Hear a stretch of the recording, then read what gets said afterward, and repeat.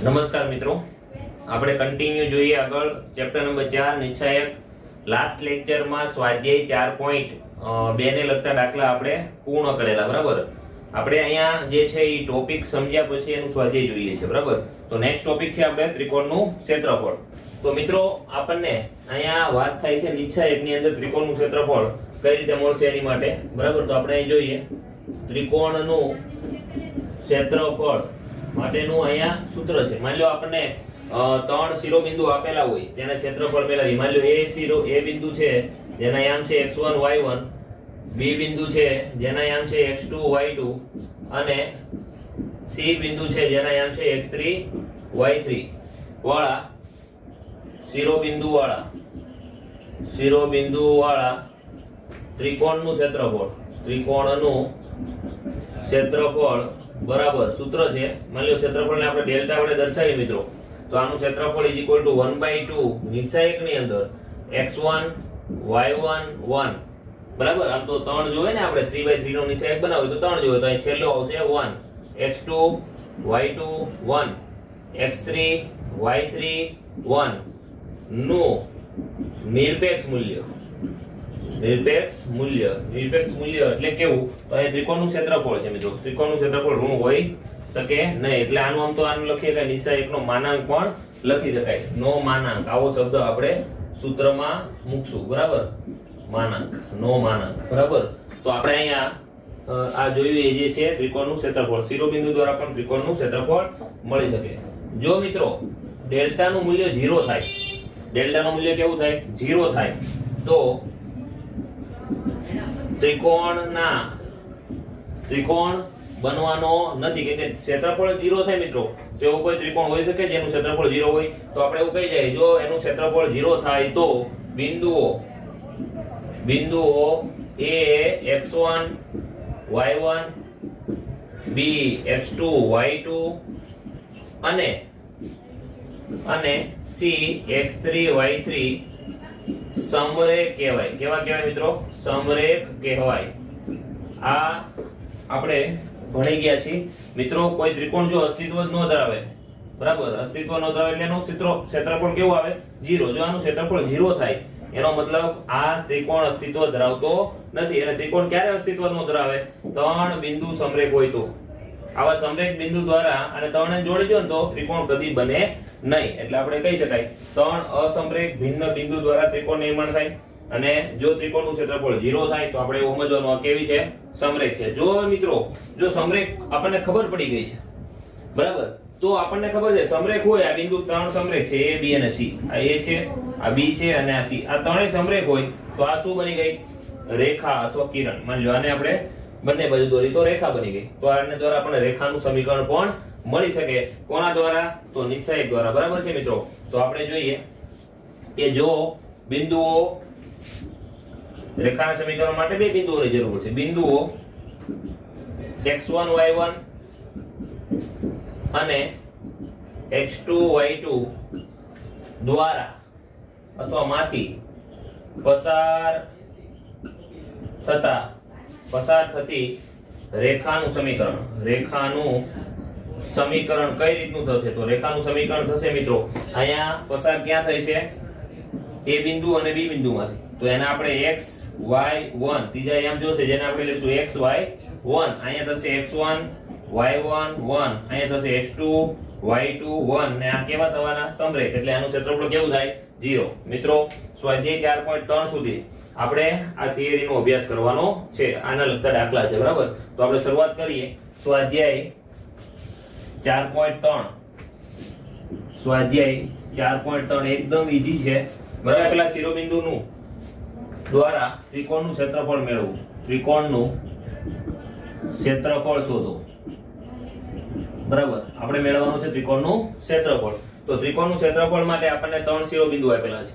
બરાબર, તો question number હતો આ પહેલો. એનો પહેલો દાખલો. એની અંદર 3 દાખલા આપ્યા છે.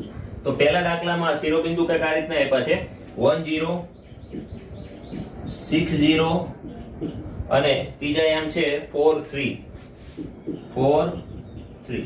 3 શિરોબિંદુ દ્વારા આપણે ત્રિકોણનું ક્ષેત્રફળ નક્કી કરવાનું છે. તો આપણે હમણાં જોઈ ગયા કે A B અને C ત્રણ શિરોબિંદુ દ્વારા ત્રિકોણનું ક્ષેત્રફળ, તો ત્રિકોણનું ક્ષેત્રફળ ડેલ્ટા બરાબર 1/2, ડેલ્ટા ઇઝ ઇક્વલ ટુ ક્ષેત્રફળ આપણે ડેલ્ટા કહીએ 1/2 નિશ્ચાયકની અંદર જે યામ છે એને લખીએ તો નિશ્ચાયકની અંદર અહીં યામ જે છે પહેલા છે 1 0, છેલ્લો આવશે 1 6 0 1 4 3 1, નો માનાંક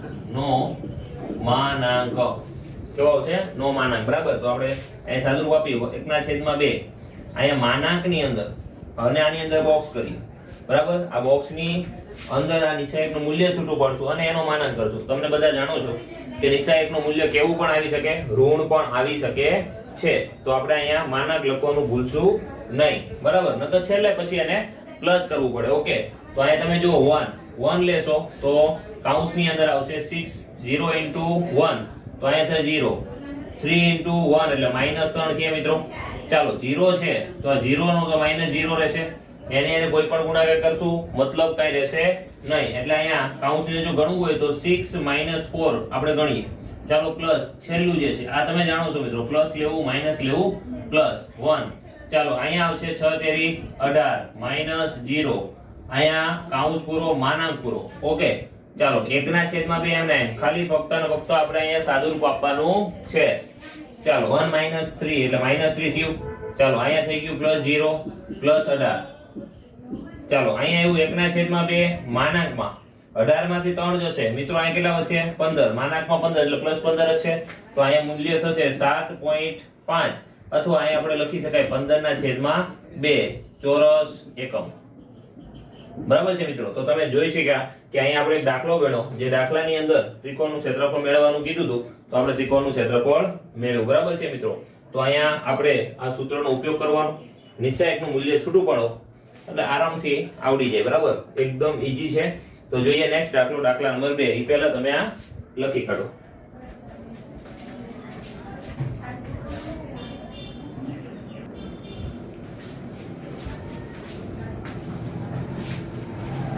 કન્ટિન્યુ જોઈએ દાખલા નંબર 2, બરાબર. તો તમે જો ફરીવાર આપણે અહીં મેળવવાનું છે ત્રણ શિરોબિંદુ દ્વારા ત્રિકોણનું ક્ષેત્રફળ. તો અહીંયા આવશે ત્રિકોણનું ક્ષેત્રફળ is equal to 1/2 નિશ્ચાયકની અંદર 3 આમ 2 7 છેલ્લે આવશે 1 1 1 1 10 8 1, નો માનાંક. ઓકે, ચાલો સાદુરૂપ આપી દઈએ. અહીંયા આવશે 1/2 એમને, બરાબર. માનાંકની અંદર કૌંસની અંદર અહીંયા કેટલા છે તો 2, બરાબર. આ લેશું પ્લસ, આ લેશું માઈનસ, આ લેશું પ્લસ. પહેલા 2 નો વારો, અગ્ર વિકર્ણ 1 into 1 માઈનસ પ્રતિ વિકર્ણ -8. ઓકે, ચાલો -7, અગ્ર વિકર્ણ 1 into 1 એટલે 1, 10 into 1 એટલે 10, પણ આગળ છે નિશાની કેવી માઈનસ. ઓકે, છેલ્લો છે પ્લસ 1. ચાલો 8 into 1 તો 8 -10, માનાંક પૂરો. ઓકે, ચાલો અહીંયા જે 1/2 એમને રહેવા દઈએ. માનાંકની અંદર 2 -7 -9. ચાલો +1 -2. ઓકે, બોક્સ પૂરો માનાંક પૂરો. ચાલો 1/2 એમને માનાંકમાં -14 +63 -2 કૌંસ પૂરો માનાંક પૂરો 1/2. ચાલો માનાંકમાં અહીં જોજો -16 થયા 63 -16 માનાંક પૂરો. 16 માંથી 63 જશે એટલે 63 માંથી 16 જશે તો અહીં આવશે 47. તો 1/2 માનાંકમાં 47, તો આપણે લખીએ કઈ 47/2 ચોરસ એકમ, બરાબર છે મિત્રો. તો આ સાથે આપણને શું મળી ગયું ત્રિકોણનું ક્ષેત્રફળ. ચાલો એનો જ કન્ટિન્યુ દાખલા નંબર 3 જોઈએ.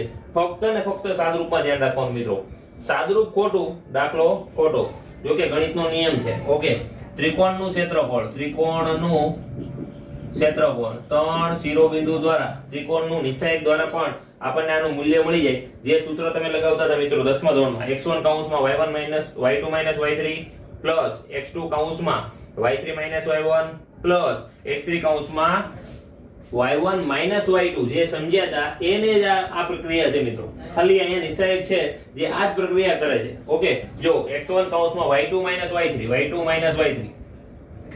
x2 કૌંસમાં y1 y2, બરાબર. અહીં ક્રમ બદલી જાય છે એટલે અહીંયા આવશે y3 y1, પણ આપણે લખી છે y1 y2 એટલે ખાલી માઈનસ આગળ કોમન નીકળે છે. એવું જ x3 કૌંસમાં y1 minus y2. Okay, same પ્રક્રિયા છે.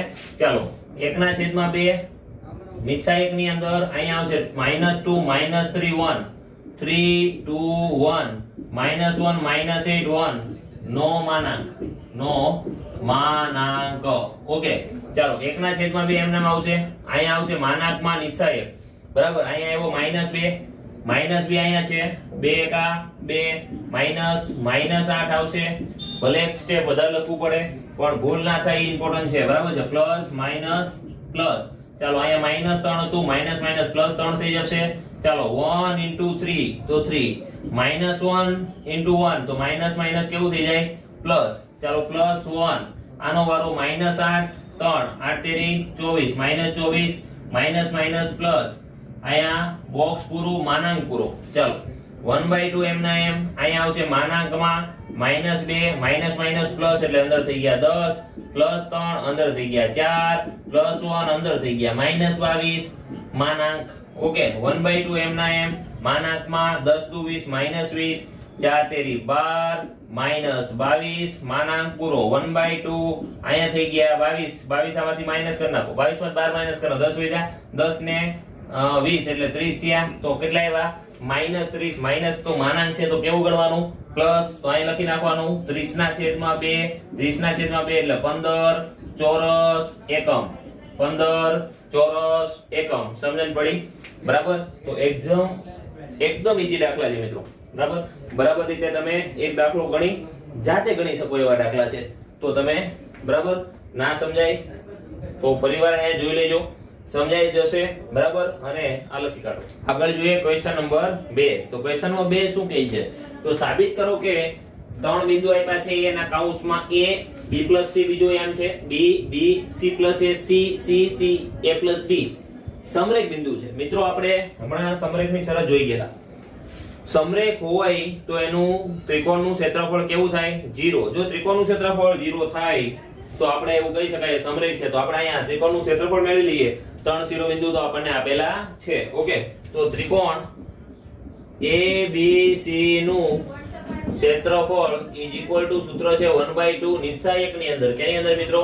નિશ્ચાયક ની અંદર. આપણે યામ લખી નાખીએ તો નિશ્ચાયક ની અંદર થશે પહેલો યામ છે a, અહીંયા છે b + c અને ત્રીજો આપણે કેટલો લઈએ છીએ 1. ચાલો b c + a 1 c a + b 1. Okay, ચાલો આપણે આનું સાદુરૂપ આપી ને જો આનું સાદુરૂપ 0 થાય તો આપણે એવું સમજવાનું કે મિત્રો આ આપેલા ત્રણેય સમરેખ શિરોબિંદુ છે. ઓકે, શિરોબિંદુ કેવા છે? સમરેખ. ચાલો તમે જોઈ શકો મિત્રો, અહીંયા આપણે ગુણધર્મની રીતે સાબિતીના દાખલા જોઈ ગયા હતા. તો તમને ખ્યાલ છે મિત્રો, અહીંયા a b c b c a c a b. બરાબર. તો હું આ જે કોલમ છે, આ જે સ્તંભ છે, એને હું આપણે પહેલા સ્તંભની અંદર ઉમેરી દઈએ મિત્રો. તો અહીંયા તમે જોઈ શકો તો a + b + c થઈ જશે. તો અહીંયા થશે a + b + c. અહીંયા a + b + c. અહીંયા પણ થઈ જશે a + b + c. અહીંયા પણ થશે a + b + c. અહીંયા પણ થશે a + b + c. બીજો જે સ્તંભ છે એમને રહેવા દે b + c c + a + b 1 1 1 નિશ્ચાયક પૂરો. આ પ્રક્રિયા કઈ કરી? તો પ્રક્રિયા આપણે કરી કે C1 ને અંદર પ્રક્રિયા કરી C1 + C2 અથવા કોલમની અંદર બીજા કોલમને 1 વડે ગુણી પહેલામાં ઉમેરા. બેમાંથી કોઈ પણ એક વસ્તુ આપણે લખી શકાય. ઓકે, હવે તમે જો આ સ્તંભની અંદરથી આ વસ્તુ કોમન કાઢી તો અહીંયા આવશે a + b + c. તો નિશ્ચાયકની અંદર 1 b + c 1 1 c + a 1 1 a + b 1. બરાબર છે. ચાલો તો આ રીતનું આપણને મળ્યું. હવે તમે બરાબર રીતે જુઓ તો આ કોલમ નંબર 1 અને કોલમ નંબર 3 બંને કેવા થયા? સમાન. તો મિત્રો આપણે ગુણધર્મો તમે જોઈ ગયા છો કે નિશ્ચાયકની અંદર કોઈ પણ બે હાર અથવા કોઈ પણ બે સ્તંભ જો સમાન થાય તો એનું નિશ્ચાયકનું મૂલ્ય કેવું થશે? 0. તો આપણે કહી શકાય a + b + c * 0 માટે આનું મૂલ્ય કેવું થયું? 0. ને જો આનું મૂલ્ય 0 હોય તો આપણે કહી શકાય કે ત્રિકોણનું ક્ષેત્રફળ 0 છે. માટે ત્રિકોણનું ક્ષેત્રફળ કેવું આવ્યું? 0 છે. માટે અહીંયા a b અને c એ સમરેખ છે. કેવા છે મિત્રો?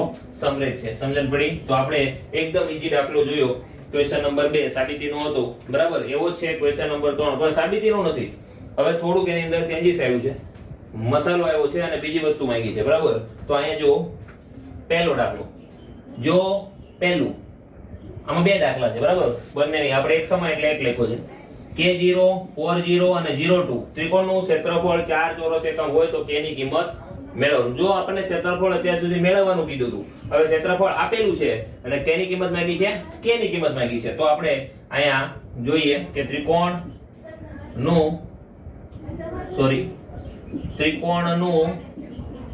ક્ષેત્રફળ ડેલ્ટા ઇઝ ઇક્વલ ટુ 1/2 નિશાયકની અંદર, કેની અંદર? નિશાયકની અંદર શું થશે? K01 401 021 થશે. નાનું મૂલ્ય કેટલું આપ્યું છે? ક્ષેત્રફળનું મૂલ્ય આપણને રકમમાં ઓલરેડી કેવું આપ્યું છે? 4. પણ તમને ખબર છે મિત્રો, અહીંયા આપણે લખતા હતા નિશાયકનો માનાંક, યાદ છે તમને? આપણે લખતા હતા નિશાયકનો માનાંક. જો અહીંયા નિશાયક છૂટો પાડી મિત્રો, તો એની પહેલા 4 ની બંને કિંમત લાગુ પડે, તો અહીંયા 1/2 માટે આપણે લખીએ 1/2 k.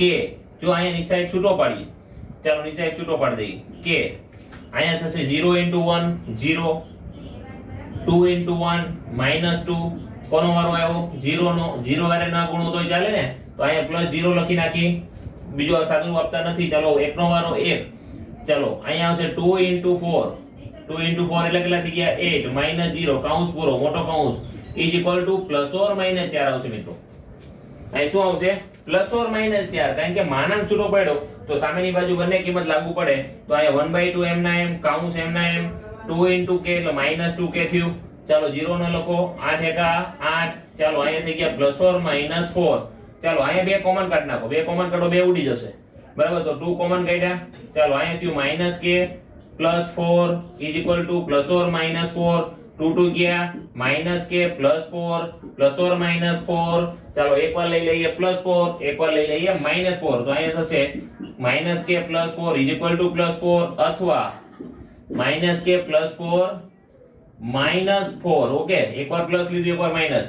ચાલો મિત્રો આ સામેની સાઈડ છે તો કેવું થશે? 0. તો -k ઇઝ ઇક્વલ ટુ 0 માટે આપણે k ની કિંમત લખવાની છે, -k ની નહીં.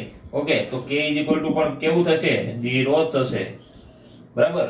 ચાલો અહીંયા -k છે, આ 4 સામેની સાઈડ જશે તો -8 થયા, બંને બાજુ માઈનસ દૂર કરો તો k ઇઝ ઇક્વલ ટુ કેટલા આવી ગયા? 8.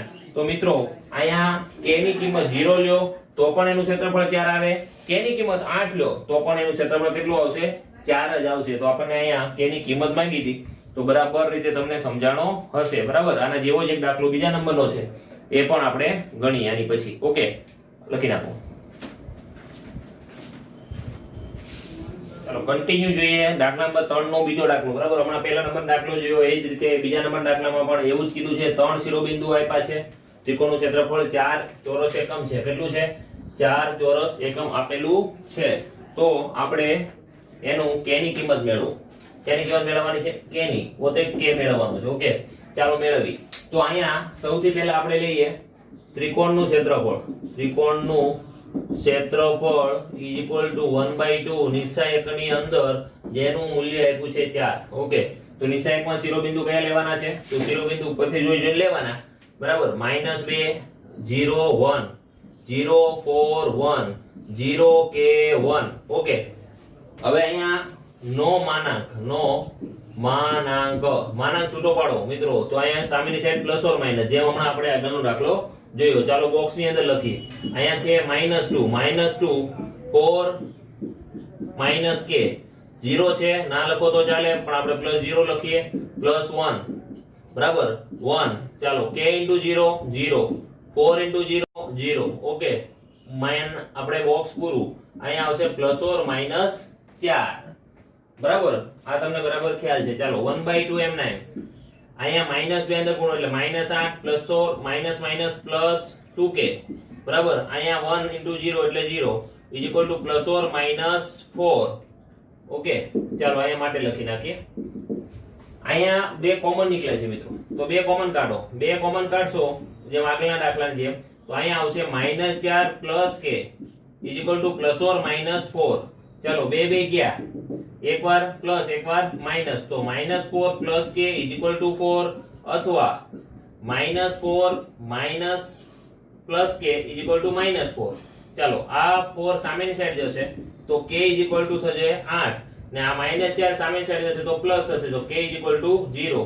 તો મિત્રો દાખલા નંબર પહેલો અને દાખલા નંબર બીજો બંનેના જવાબ કેવા આવ્યા? સમાન. બરાબર, k ઇઝ ઇક્વલ ટુ 0 અને k ઇઝ ઇક્વલ ટુ 8. આવો જ એક દાખલો છે દાખલા નંબર 5 જે તમારે હોમવર્કમાં ગણવાનો છે MCQ. ઓકે, જો 2 6 5 4 k4 શિરોબિંદુ વાળા ત્રિકોણનું ક્ષેત્રફળ 35 ચોરસ એકમ હતું. જો મિત્રો અહીંયા k આપેલો છે. બરાબર, અહીંયા એકમ ક્ષેત્રફળ આપણને આની જેમ જ 4 આપી દીધું છે. ઓકે, એટલે અહીંયા 35 આપ્યું હોય તો k નું મૂલ્ય મેળવો. તો મિત્રો એનો જવાબ પહેલા તમે ગણશો ને તો અહીંયા k ની બે કિંમત આવશે. એક કિંમત 12 આવશે, એક -2 આવશે. બંને જવાબ MCQ ની અંદર આપેલા છે. બંને જવાબ MCQ ની અંદર તમને આપેલા છે. b બરાબર જો 12 પણ આવે છે અને -2 પણ આવે છે. ઉતાવળ કરીને 12 લખશો નહીં, ઉતાવળ કરીને -2 નહીં લખશો. બંને જવાબ માટે તમારે સાચો જવાબ D થશે એ લખવો જરૂરી છે. બરાબર, તો અહીંયા પ્લસ ઓર માઇનસ લખવાનું ભૂલશો નહીં. આ ખાસ તમારે ગણવાનો છે. તમે ગણજો, એનો જવાબ આવશે D, જે તમારે હોમવર્કમાં ગણવાનો છે. ઓકે, ચાલો હવે આપણે જોઈએ ક્વેશ્ચન નંબર 4. ક્વેશ્ચન નંબર 4 છે એની અંદર રકમમાં શું કહે છે જોઈએ. એની અંદર બે જવાબ છે, બે પ્રશ્ન છે. નીચા એકનો ઉપયોગ કરી 1 2 અને 3 6 ને જોડતી રેખાનું સમીકરણ મેળવો. આપણે થિયરી ની અંદર ભણી ગયા મિત્રો રેખાનું સમીકરણ માટેનું સૂત્ર. બરાબર, તો અહીંયા આપણે જોઈએ તો રેખાનું સમીકરણ માટે ડેલ્ટા ઇઝ ઇક્વલ ટુ 1/2. અહીંયા નીચા એકનું આપણું સૂત્ર હતું. સૂત્ર હતું xy1 x1 y1 1 x2 y2 1 is equal to મૂલ્ય 0 થાય.